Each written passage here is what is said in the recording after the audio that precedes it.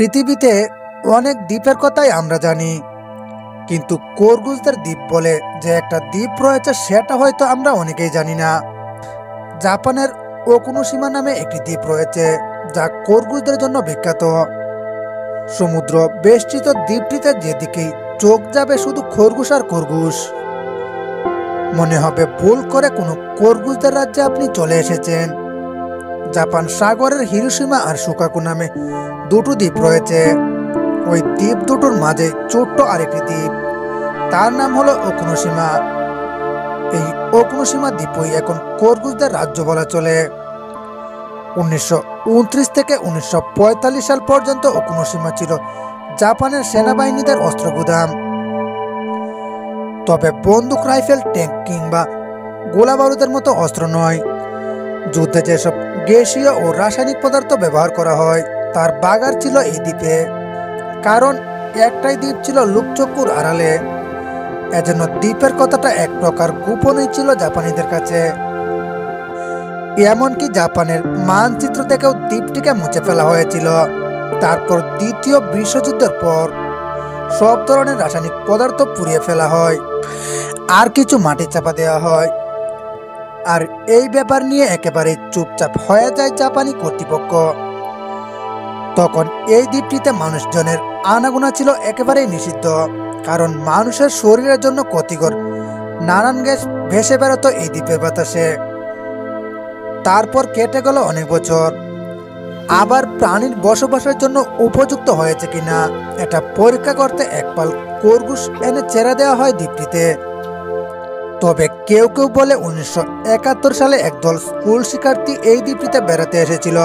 সেই সঙ্গে আনা হয়েছিল 8টি খরগোশ। ওরাই খরগোশগুলোকে এখানে ছেড়ে দিয়ে যায়, তারপর আর ফিরে তাকাতে হয়নি। 7 লাখ বর্গমিটারের দ্বীপটিতে বাড়তে লাগলো খরগোশদের সংখ্যা। দ্বীপটিতে নেই কোনো খরগোশ শিকারী, কাজেই নির্ভয়ে দ্বীপে ঘুরে বেড়ায় খরগোশের দল। আর খরগোশদের কারণে দ্বীপের নামই হয়ে গেছে উসাগিসিম, মানে খরগোশের দ্বীপ। এই দ্বীপটি দেখতে এখন ওকুনোশিমায় পাড়ি জমায় অনেক পর্যটক। তবে বর্তমানে এই দ্বীপটিতে 9 শতাধিকেরও অধিক খরগোশ ঘুরে বেড়াচ্ছে বলে ধারণা করা হয়। বনু খরগোশ হলেও এই দ্বীপে নিয়মিত পর্যটক আসায় এরা মানুষের সঙ্গে বেশ পরিচিত।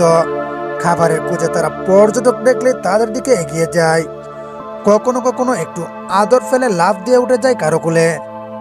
তবে পর্যটকেরা চাইলে খরগোশদের খাবার দিতে পারে।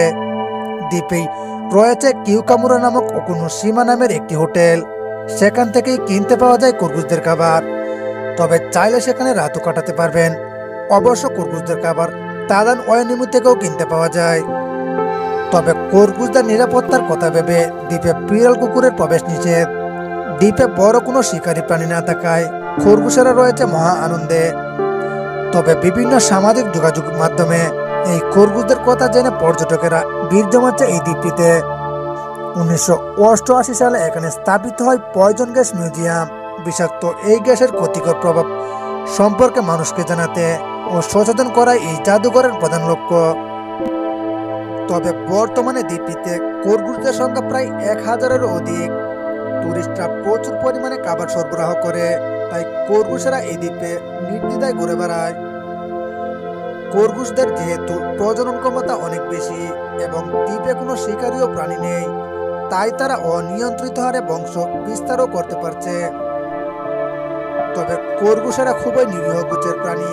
শিকারী প্রাণীর কাছে লোভনীয় খাবারও বটে। বিপদ থেকে বাঁচতে তাদের একটি মাত্র আত্মরক্ষার উপায় আছে, আর তা হলো দ্রুতগতি। বিপদের গন্ধ পেলেই দ্রুত গতিতে পালিয়ে যেতে সক্ষম খরগোশ। তবে মানুষের সামনে বন খরগোশ মাত্র কয়েক সেকেন্ডই থাকে, কিন্তু ওকুনোশিমা দ্বীপের খরগোশেরা অন্যান্য বন্য খরগোশের মতো না। এই দ্বীপের খরগোশেরা যেন মানুষের সাথে থাকতে বেশি স্বাচ্ছন্দ্য বোধ করে। দ্বীপে ঘুরতে যাওয়া শিশু থেকে বৃদ্ধ সবাই পশুপ্রেমী, আর জাপানের মানুষ বন্য পশু পাখিদের সাথে সহাবস্থানে বিশ্বাসী। তাই মানুষের হাতেও খরগোশদের ক্ষতিগ্রস্ত হওয়ার কোনো সুযোগ নেই। জাপানের বন্যপ্রাণী অধিদপ্তর এই দ্বীপের খরগোশদের সুরক্ষায় কাজ করে থাকেন, যদিও তাদের সংখ্যা দ্রুত বৃদ্ধি অদূর ভবিষ্যতেও সমস্যার কারণ হতে পারে। কিন্তু এই আদুরে প্রাণীগুলোকে দেখলে আপনিও এসব ভুলে গিয়ে খাবারের প্যাকেট হাতে বসে যাবেন খরগোশ ভর্তি ওকুনোশিমা দ্বীপের কোনো এক রাস্তায়।